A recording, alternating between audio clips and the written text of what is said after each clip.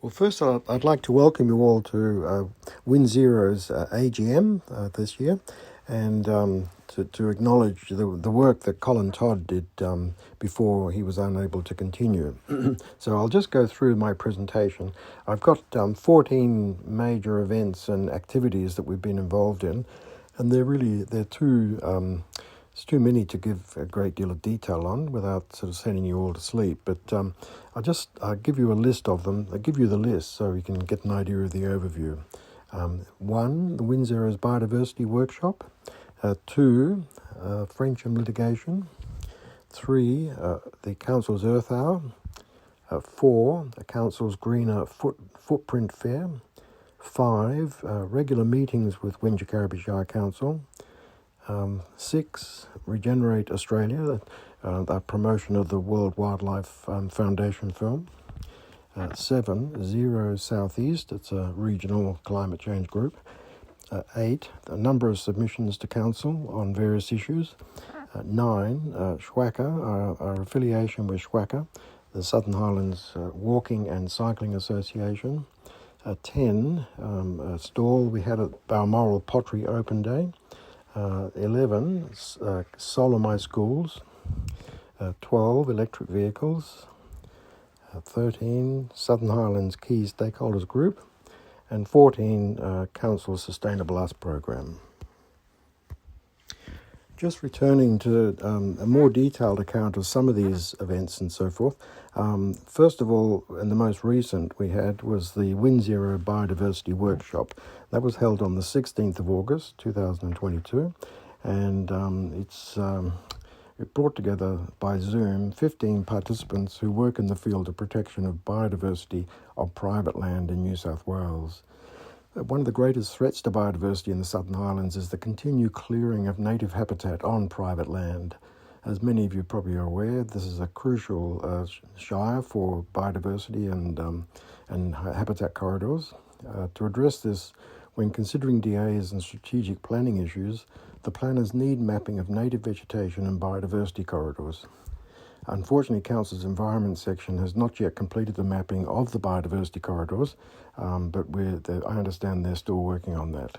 In preparing for the biodiversity workshop, we compiled a comprehensive list and description of schemes presently in place to protect biodiversity on private land in New South Wales.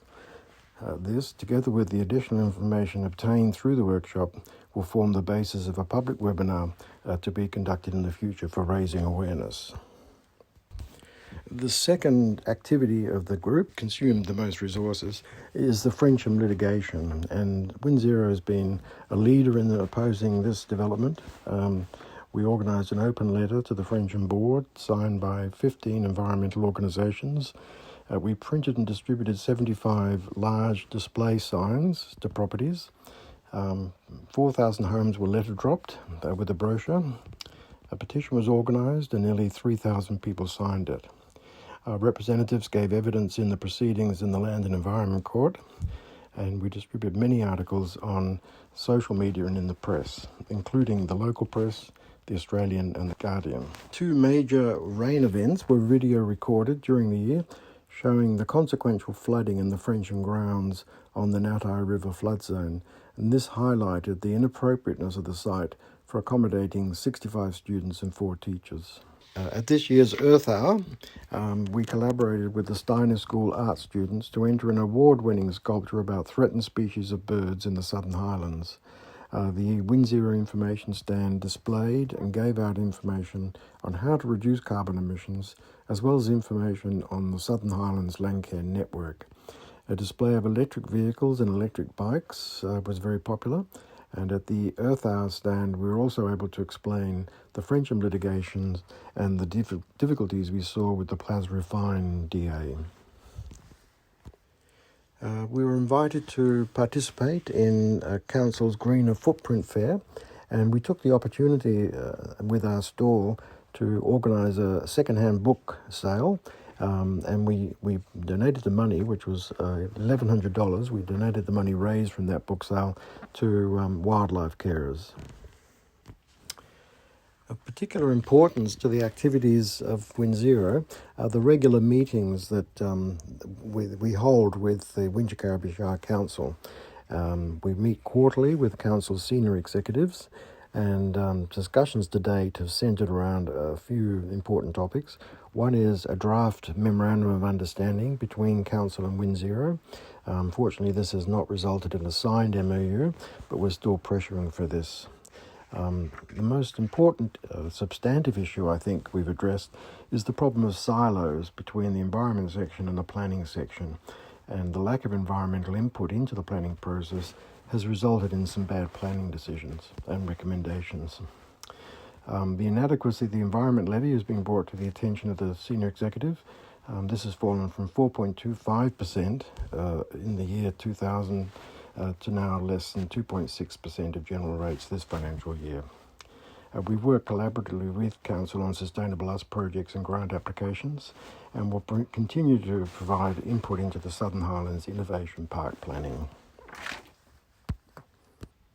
We've worked cooperatively with the World Wildlife Foundation, which produced a film called Regenerate Australia, and WinZero was instrumental in putting that on show at the Empire Cinema, and we organised an after-film panel to discuss local opportunities.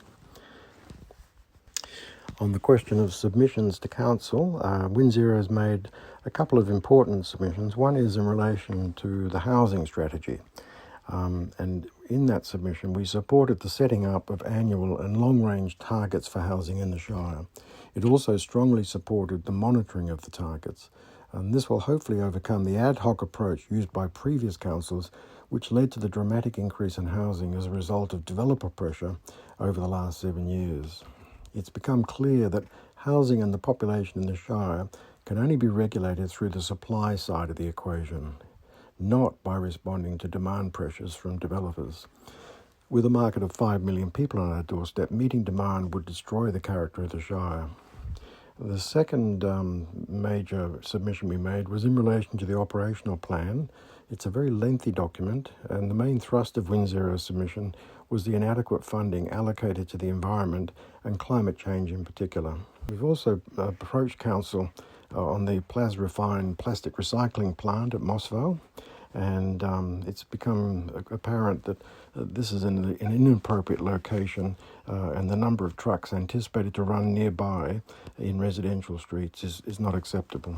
Sandy Lockhead invited us to have a stall at her Balmoral Pottery Open Day, and she also donated over $1,000 worth of pottery mugs with the WinZero motive on them, and this has been a significant fundraiser for WinZero.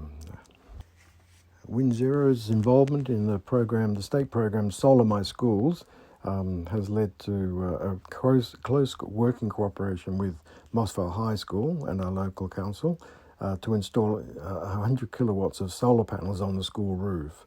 The school, with the sponsorship of WinZero, received a grant of $22,750 from the Purryburry Trust towards the installation costs of the solar panels at Mossvale High.